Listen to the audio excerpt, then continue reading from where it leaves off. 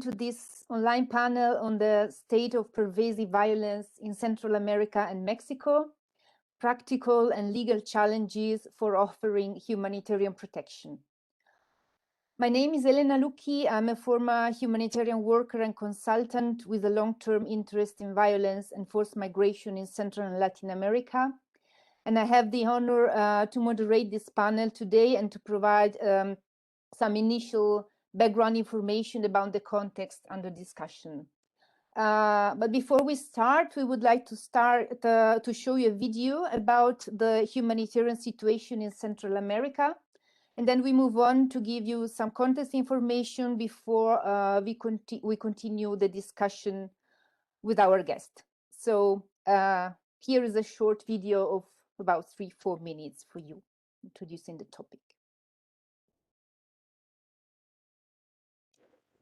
Mi problema inició con mi hija. Había un pandillero que se enamoró de ella, la quería para él.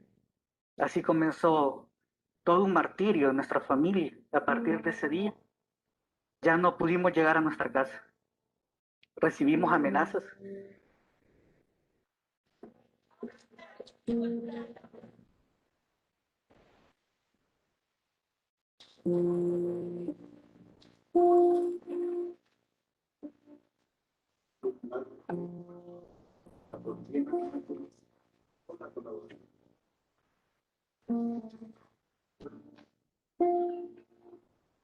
Yo iba a la morgue, me llamaban y me decían, señora, venga, entraron otros 2 cadáveres parecidos a sus hijos. Iba a reconocerlo, no son ellos. Allá en 3 días, señora, han entrado otros 2 cadáveres, puede venir a verlo. Salía corriendo, no eran ellos. Así viví un buen tiempo viendo cadáveres y ninguno de esos era el mío, ninguno.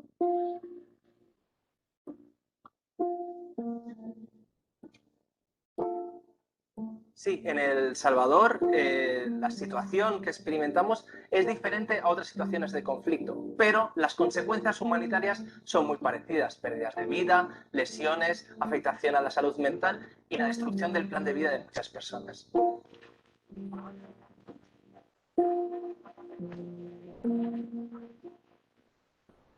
Entonces hubo que hacer una investigación de caso y hubo que ir al territorio. Pero personal de salud que tuvo que visitar ese territorio fue atacado. Fue atacado. Algunos con armas cortopunzante. La violencia de los grupos armados lo que genera es la desprotección del personal que está trabajando en la primera línea. Para nosotros, las estrategias de protección son muy parecidas a las que se siguen en contextos de conflicto.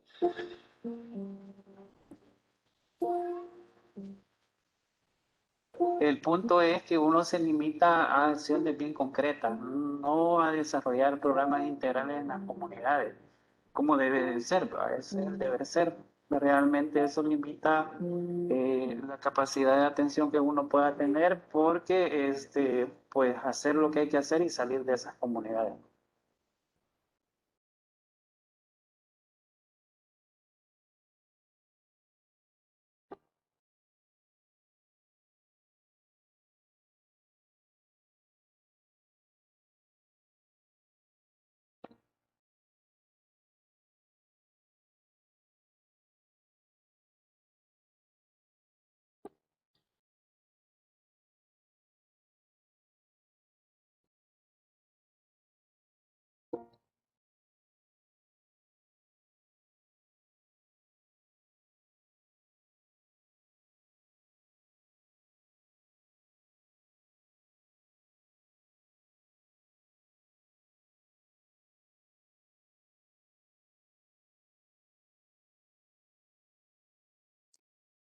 So this video offers a glimpse into everyday's reality for many communities in Central America and Mexico.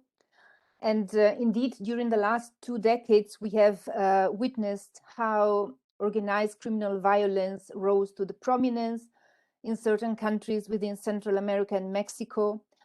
This violence differs from the classic wars in that there are no two clear contenders with political aims and rules of engagement, but rather where multiple actors are fighting each other, trying to establish control over parts or access to a territory for mainly criminal purposes.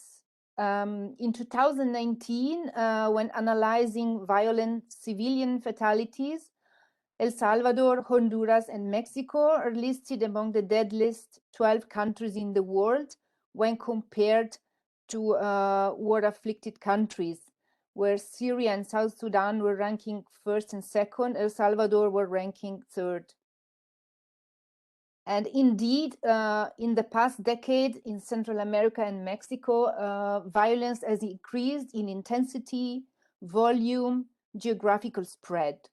The pervasive organized violence currently devastating the region involves multiple actors competing with each other, as we said, to establish control over resources or territory, relying heavily on the use of armed threats, extortion, forced recruitment, retaliation against communities, combined with militarized state response at times. Often, this leads to a growing position of influence and power for the local armed groups and drug cartels that in turn hinders the capacity of national authorities and the state to provide security, enforce law, and assure access to the most basic services.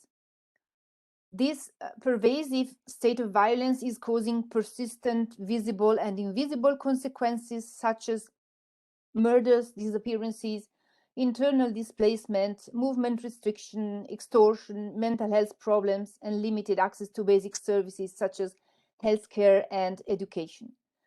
Among the affected communities across the region, and as such, it produces humanitarian consequences that are on a similar scale to those registered in armed conflicts around the world. And while the violence is causing devastating impacts on people's lives, it is also triggering a true forced displacement and protection crisis. In 2020, some 1.7 million IDPs, as well as more 900,000 asylum seekers and refugees worldwide, were originating from North and Central America and Nicaragua. For humanitarians, the situation of pervasive violence that falls under the IHL application threshold poses a series of challenges. Most importantly, a risk of under-acknowledgement of this crisis and humanitarian consequences, a lack of or difficult access to vulnerable communities in need of humanitarian assistance and meeting of basic needs. Continuing to provide much needed assistance and protection for communities and improving the humanitarian response in such circumstances implies finding better and more coordinated ways of working.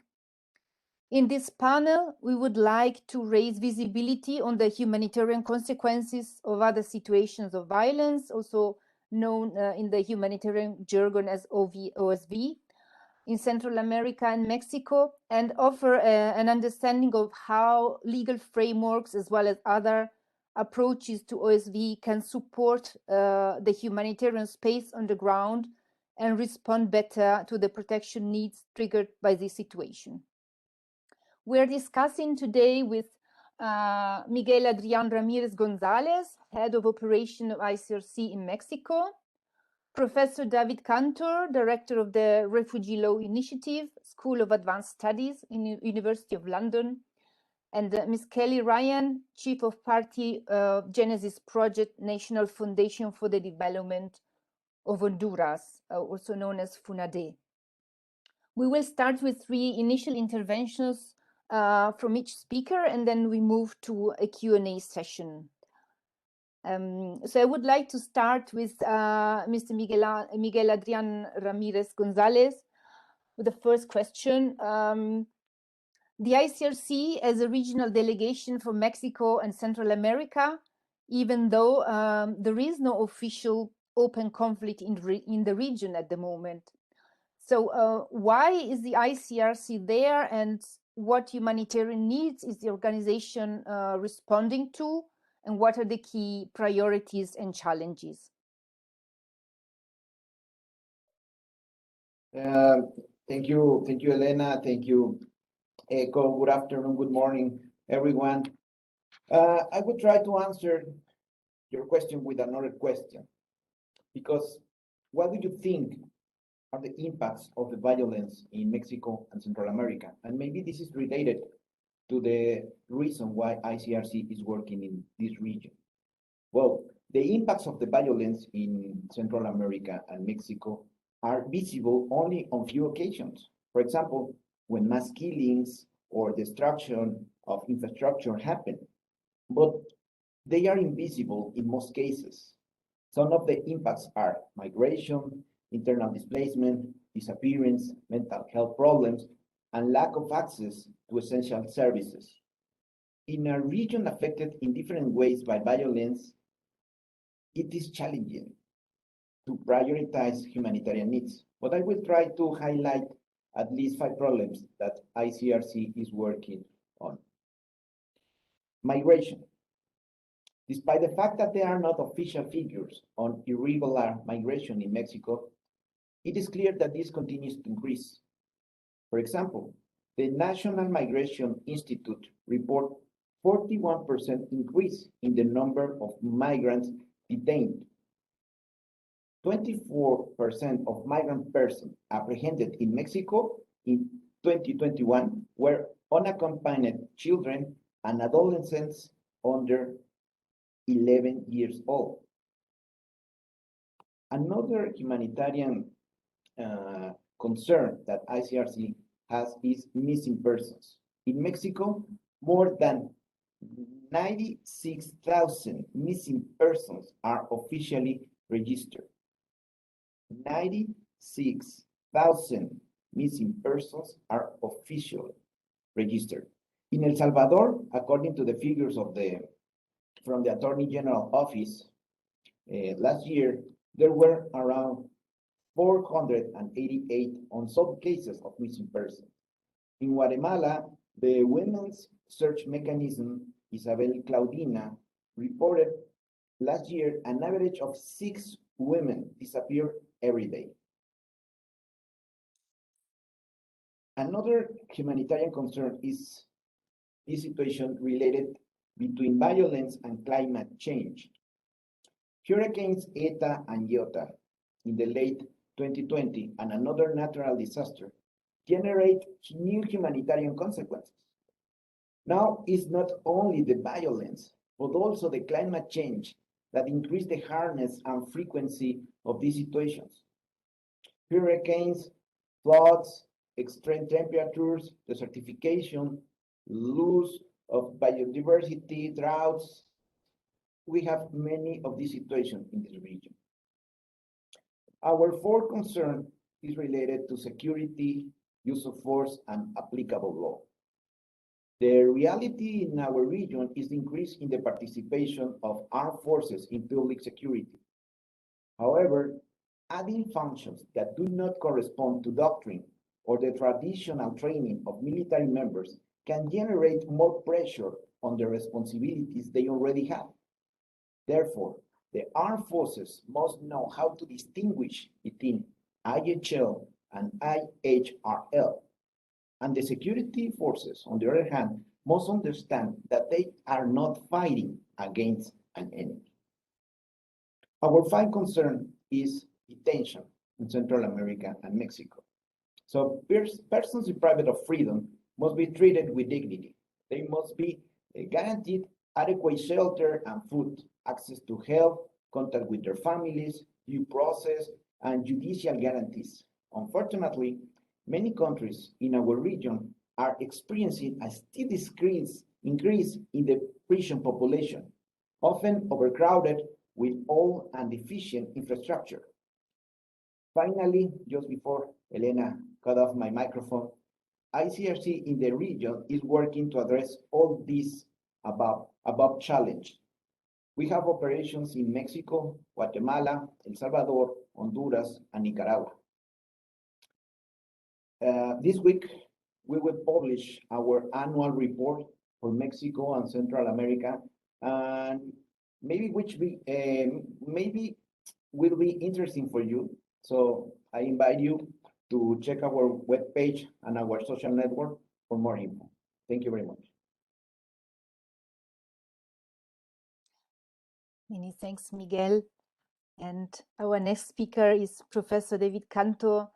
You have done important research on the nature of violence and displacement in Central America and also Colombia. What are your key observations in relation to this situation, this crisis? Well, thanks very much, Elena, for the question.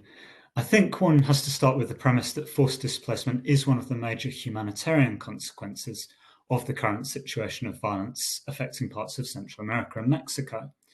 According to the latest figures, across the last 10 years, almost 600,000 asylum applications have been lodged by people from the countries of Northern Central America and Mexico.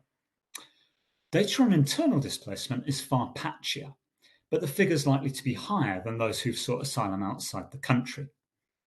In 2020, for example, whereas about 35,000 Salvadorians applied for asylum, an estimated 114,000 new internal displacements due to violence took place in the country. In relative terms, El Salvador may well be the worst affected country, but the combined figure of 150,000 Salvadorians displaced by violence during 2020 is equivalent to 2.3% of its whole population being violently displaced during that year alone.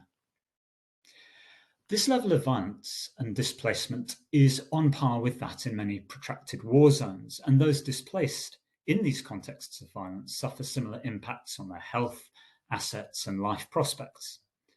However, this ongoing wave of displacement generated by aggravated forms of, if you like, everyday or social violence is both less visible and more liable to be dismissed as not truly a humanitarian concern than displacement generated within traditional paradigms of political violence, whether in the form of state repression, as in Venezuela and Nicaragua, or armed conflicts of the kind seen for many years in Colombia and Peru. Indeed, many policy interlocutors still struggle to recognize the centrality of these extreme forms of organized social violence to forced mobility in societies in Central America and Mexico, as well as the major humanitarian effects of this kind of violence and displacement. Organized armed actors are, of course, not the only drivers of forced displacement in these countries, but they've emerged as an important one. They include not only criminal groups, but also, often, state military and police forces, as well as private security groups. An IHL mindset offers a useful point of entry for understanding this kind of displacement, because it allows policymakers to engage with how these different armed actors operate in practice, rather than seeing them simply as undifferentiated violators of human rights and so on. In this regard, my research of the last 10 years shows how the violent strategies and displacement impact of street gangs in Northern Central America differ from those of more sophisticated drug trafficking structures, both in Central America and in Mexico, and of course between the different rural and urban contexts where the distinct groups operate. However, applying a strict IHL-based approach to these contexts poses difficulties that goes beyond even those presented by the increasing criminalization of non-international armed conflict. For example, the distinction between civilians and combatants, a key IHL principle, is even less relevant here than other kinds of rationales that serve to produce distinct displacement risks for inhabitants of the zones where the armed actors exercise high levels of control, or even more acutely, where they actively dispute control over territory and population. These distinct rationales of betrayal, resistance, and so on, which are described in my published research, can be used by policymakers to identify certain profiles of people likely to find themselves at heightened risk of violence and displacement at the hands of organized non-state and state actors in these zones of Central America and Mexico. Finally, it's important that we do not treat the significant levels of forced displacement in these countries as simply a problem of crime and its suppression. Firstly, the impact is sufficiently widespread in many zones to amount to a genuine humanitarian crisis, as Miguel described, rather than merely being a few isolated cases of displacement here and there. Secondly, as has become increasingly clear over the past 10 years, these dynamics of violence and displacement do not only result from the activities of criminal groups. All too often, the state is also implicated, and not just the security forces, but high-ranking political figures too, as the allegations of drug trafficking against the former president of Honduras or of political collusion with gangs in El Salvador suggest. Thirdly, the emergence of these so-called other situations of violence is, of course, not confined to Central America. Indeed, similar dynamics have become quite evident for some time, not just in the shift from war to something approximating peace in Colombia, but also in other more traditional conflict contexts around the world. We should neither underestimate the humanitarian challenge that violence and displacement in these contexts raises, nor should we ignore it. Thank you. Many thanks, Professor Cantor. And now an intervention by Ms. Kelly Ryan. You work for FUNADE. It's an organization focused on developing and implementing projects to benefit communities with limited resources and affected by violence in Honduras. So the question is, how has FUNADE been able to provide humanitarian and emergency aid response in these communities, and what are the lessons learned for the humanitarian response? Thanks. Thank you very much, Elena. Good morning to everyone. It's a pleasure to participate today. Yes, as you mentioned, FUNADE is an implementing partner in Honduras. It's an organization that's specifically rooted here in Honduras, and our reputation among other implementing partners is that we have some of the closest connections with the local communities. The project I work for, Project Genesis, manages 61 community centers in all of Honduras that serve as an important platform for interventions by FUNADE and many other NGOs. The communities we work in are considered some of the most vulnerable to violence, as you had mentioned. Besides the direct effects of violence on people's lives, these communities historically are characterized as terrorized by violence. Young men cannot cross gang borders within the sectors, and sometimes that means they're unable to visit certain family members or attend the closest high school or participate in perhaps other opportunities that are nearby, including vocational training, or other interventions that are happening crossing a border, a gang border that's been established. People live in fear of starting a business because it could make them a target. Businesses fear contracting people from these communities as members are stigmatized as being violent and dangerous, anyone who's from that community. Our primary challenges are the presence of gangs, organized crime, drugs, and the tangible danger associated with their presence. But also the gang recruitment of youth for illegal activities. I also mentioned the territorial boundaries and this pervasive terror that the gangs are in all places and are supervising your movement. There's a pervasive fear of being monitored, the lack of community leaders supporting humanitarian work for safety reasons, and just general hopelessness that leads to high migration rates of people trying to escape the violence and the sometimes psychological terrorizing effects of violence. During the pandemic, as the world was shut down, FUNADE was able to mobilize aid to the most vulnerable communities through our outreach centers and our volunteers that are connected to each outreach center. So our local contacts knew the families with the most need and were able to use the outreach center buildings as humanitarian aid storage and distribution spaces. And when hurricanes Eta and Iota hit in November 2020, this aid intensified specifically to the communities heavily affected by flooding. As part of that emergency response to the hurricanes, ECHO and UNICEF funded a program called the Emergency Response to provide integrated life-saving assistance in WASH, health and child protection to assist vulnerable children and their families impacted by hurricanes Eta and Iota in Nicaragua, Honduras, and Guatemala.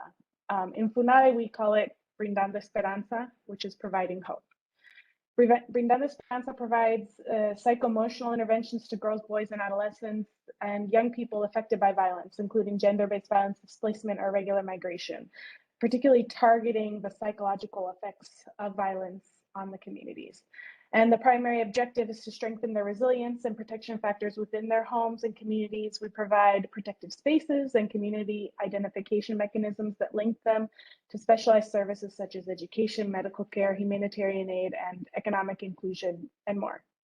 An example of one of these mechanisms that we use is called community ambassadors, which identifies local leaders and trains them in psychological first aid. The community ambassadors go beyond the walls of the outreach center and are able to identify families in crisis and work with FUNADE to provide interventions from our components or refer them to other implementing partners in the area. These volunteers are invested in the well-being of their community, and they provide us the latest information about challenges that families are experiencing. So the outreach centers and the community ambassadors serve as our information network, reporting any incidents, concerns, or tensions from the communities. When an incident occurs, we support the outreach center with immediate security measures. That usually is closing for a time, observing movement within the community. And when we believe it's safe to do so, we apply methodologies to reclaim violent spaces. One of those is Happy Streets. It's a methodology that teaches kids traditional games and creates an atmosphere of fun and joy in spaces that are typically known for being dangerous. Murals and cleanup campaigns help the community to reclaim spaces where violent acts have occurred. In Chamalecon this year, a young couple was murdered in an empty lot, and the community cleaned up the trash and painted a mural to reclaim that space as a community space to take away the atmosphere of abandonment and delinquency. So to close, our primary tool is our connection with the local partners and community leaders, and we are permanently dedicated to implementing projects in Honduras so that the people in those communities can feel more rooted and be free from the terror and the psychological impacts of violence. Many thanks, Kelly. Very interesting experience. We would now like to move to our Q&A part. So I would like to start maybe with a question for Miguel and ICRC. From the perspective of the affected populations, what would change in terms of protection in the current OSV context in Central America and Mexico if IHL would become applicable? In what would be the positive and negative effects? Thanks for the question, Elena. I would say that the application of IHL in the region or in any other part of the world would generate other kind of obligations to protect the civilian population, not only by the state, but also by the non-state armed groups. Authorities and armed groups must be aware of and apply IHL. Among the rules that the parties to an armed conflict must respect when conducting hostilities, there is the prohibition of direct attacks against civilians and of indiscriminate attacks. The obligations to respect the principle of proportionality in attacks and the obligation to take all feasible precautions so as to avoid as far as possible civilian casualties. IHL requires that two criteria be met for there to be a non-international armed conflict. The armed groups involved must show a minimum degree of organization, and the armed confrontations must reach a minimum level of intensity. The fulfillment of these criteria is determined on a case-by-case basis, and it is important to stress that the motivation of an armed group is not considered a relevant factor. In the end, as mentioned before, the humanitarian consequence of other situations of violence may be higher than those of an armed conflict. So, beyond qualifying a situation with an IHL framework, the goal of the ICRC is to address the needs of people who continue suffering with or without an armed conflict situation. Thanks. Thanks, Miguel. And Professor Cantor, how, in this sense, how do legal frameworks prevent displacement or protect displaced people in this context? Another legal question. Yeah, and it's a really good one. Thanks, Elena. I mean, I suppose the starting point for this is that actually prevention and protection options within country are often fairly limited for the reasons that some of the other speakers have outlined. Partly that's to do with the fact that you're dealing with shifting dynamics of violence, very unpredictable kind of armed actors on the one hand, and secondly, on the other hand, that the institutional infrastructure that you actually need for legal protection in many cases has limits in terms of capacity, will, and knowledge issues. In this context, legal protection outside the country assumes a still greater significance, and it raises the questions of whether countries in the region, in the Americas, and beyond, in fact, recognize people who are displaced by these other situations of violence as meriting refugee protection. Most people, I think, will be aware that during the previous US administration, there were a number of attempts, particularly by legal figures such as the Attorney General of the US administration, to prevent gang violence cases being recognized as entitled to refugee status or other forms of international protection. And I would say that some of those legal interpretations still seem to persist today. But I think it's fair to say at the same time that many other countries in the region and beyond increasingly do recognize that people fleeing from the northern part of Central America and from Mexico, fleeing these other situations of violence, fleeing gangs, fleeing drug trafficking organizations, fleeing the state's agents in these contexts, are in fact refugees and qualify as such. And I think that there's a really helpful and strong statement towards on this point by the UN Refugee Agency, UNHCR, which a few years ago proclaimed or affirmed a set of guidelines for people fleeing, certainly from El Salvador, Honduras, and Guatemala. And those UNHCR eligibility guidelines for refugee status do identify a very wide range of profiles in each of those countries that may well need international protection as a result of these other situations of violence. At the same time, I suppose there are a number of efforts to externalize border control by the United States, by Mexico, that do restrict displaced persons' access to protection outside the country.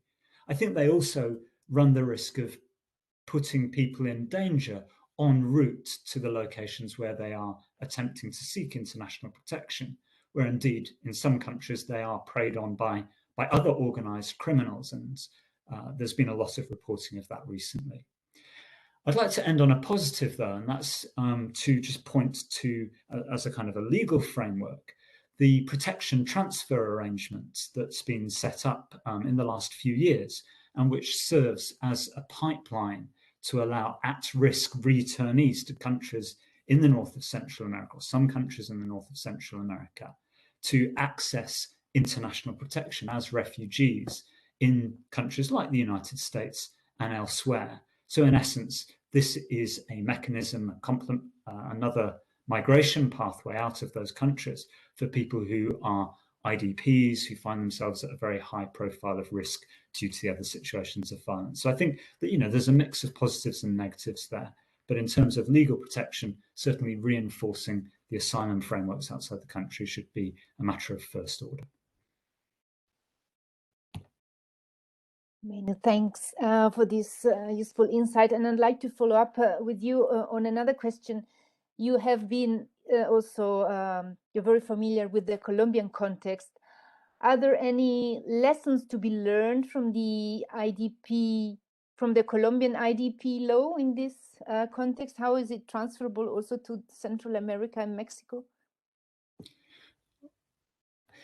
Yeah, the question, I think, has an even bigger question sitting behind it, and it's a really interesting one, and one that both of my fellow panelists have alluded to.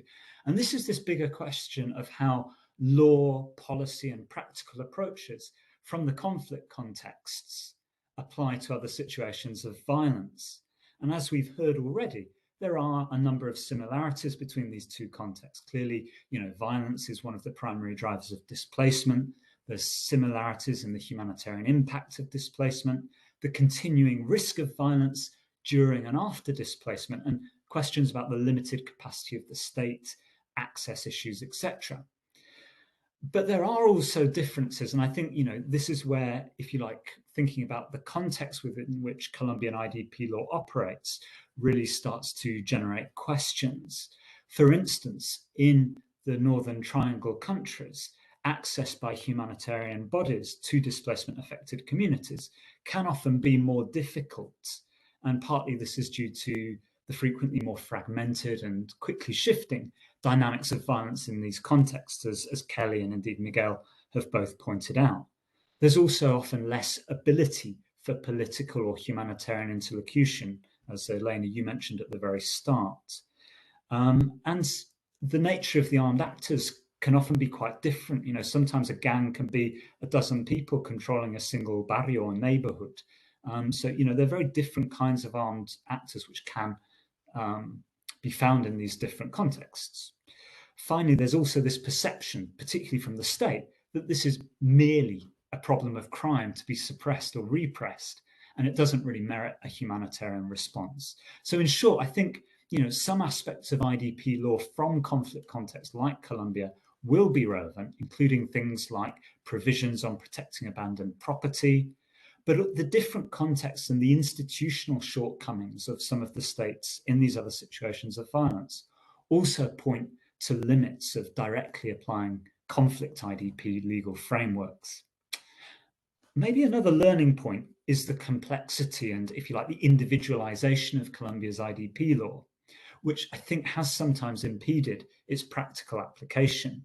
Like quite a lot of Colombian law, Colombian IDP law, to some extent, is law made for the angels. It's rather over-engineered, and one wonders about whether those rather complex legal structures are easily applicable in the north of Central America. Having said that, several states in the north of Central America have started adopting IDP laws. El Salvador in particular comes to mind. But others, such as Mexico, haven't adopted national IDP laws, but rather tend to deal with internal displacement under more general victims of crime law. And there's a debate here, I think, a policy debate about whether this is an appropriate or even preferable approach to transplanting conflict IDP laws in some contexts. In this regard, in fact, it's interesting that actually for the last 10 years, Colombia hasn't actually had an IDP framework as such, but it's had a victims law approach to IDPs, albeit not victims of crime, but victims of the armed conflict. One last point I'd just like to raise, because your question really is a very insightful one, is that one important point of learning from Colombia is the importance of national courts in bringing attention to internal displacement and its impacts. And indeed, civil society in El Salvador learned from this, and it was El Salvador's constitutional court and its judgment on internal displacement that actually laid the groundwork for the parliament in El Salvador to adopt a new IDP law. There is, I think, a risk of over-legalizing the response to internal displacement in other situations of violence, especially in contexts where legal enforcement is weak in practice. But the law in El Salvador does represent an important route for starting the conversation and moving the conversation towards the rights impacts of situations of displacement, rather than just taking a suppression of crime approach to the displaced.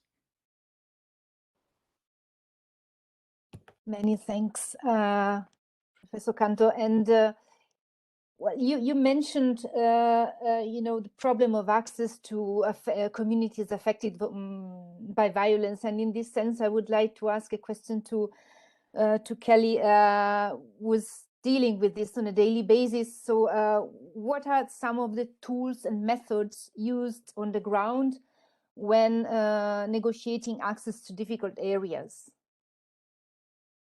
Elena. Yeah, our best practices and recommendations for working in communities with a higher incidence of violence are specifically to work with local partners who have the credibility and experience in what are considered violent areas.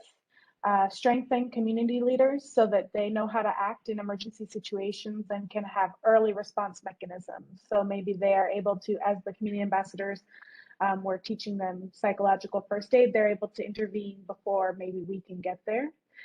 Distribute humanitarian aid through credible organizations. There's often a lot of distrust here in Honduras about where money comes from and how, if things are being distributed transparently. Develop a network of empowered community volunteers with a desire to contribute to humanitarian actions.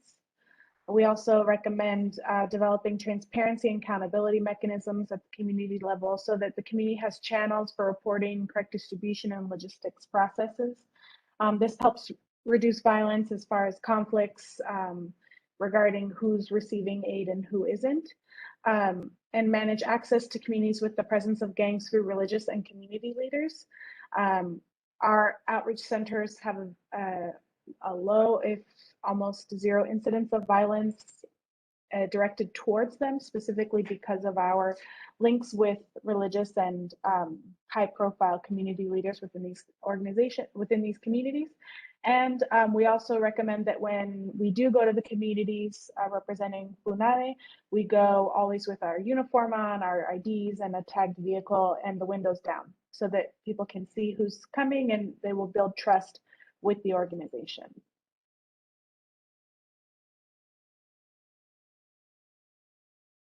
Thanks, Kelly.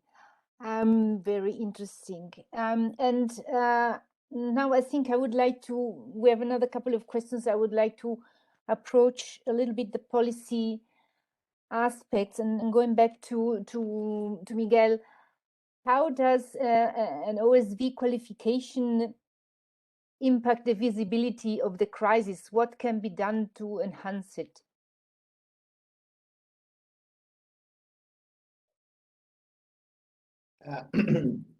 Thanks again, Elena. Well, the visibility of the humanitarian consequences in OSV context is difficult at a glance. Unfortunately, armed violence becomes normal, and we get to see the top of the iceberg: homicides, wounded, injured detainees.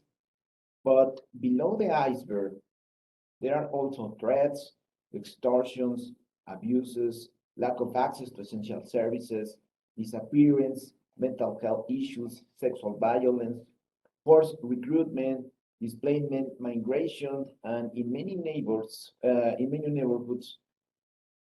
invisible borders. So the states should meet these needs, but sometimes their capacities are not enough to address it. So the ICRC supports the authorities to strengthen their capabilities, and we work to assist and protect the victims of other situations of violence. So regarding the question of what can be done, I would say that spaces like this one are essential to make this reality visible of the humanitarian consequence in OSB. And at the same time, we need to make this talk about not to normalize violence in this region. So thank you. Thanks, Miguel. And the last also question, which is linked to this subject for Kelly. What would be for you the main policy asks that would make a significant impact for you as an organization on the ground in terms of enabling you to have a bigger impact in terms of humanitarian protection response to the state of pervasive violence? Thank you, Elena. Typically in Honduras, the authorities are very welcoming to international humanitarian workers and are eager to provide access and facilitate aid to their communities and constituents. But the lack of security and the accusations of corruption at the level of the governing actors in Honduras has become a large obstacle to our work in the communities. As David Cantor mentioned, the former president of Honduras is under investigation for ties to drug trafficking and organized crime.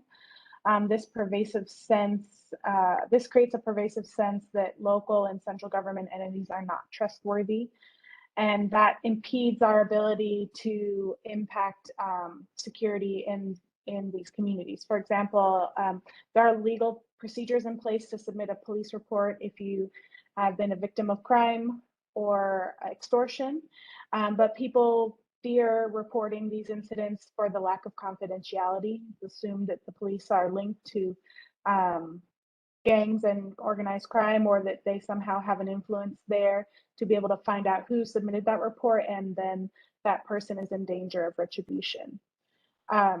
Also, communities with the stigmatization of violence don't always receive transportation beyond 6 p.m. at night for fear of entering. And so that impedes their ability to work and invest in their communities and generate income in their communities. And also just the stigmatization of people from these communities as being violent, and their inability sometimes to find work. So really transparency at the level of the government and better trust and security measures in these communities would be a great impact to reducing the pervasive violence that we see. Many thanks. Yeah, we came almost to the end of our discussion and our panel today, and thanks to all our speakers for this interesting and important discussion.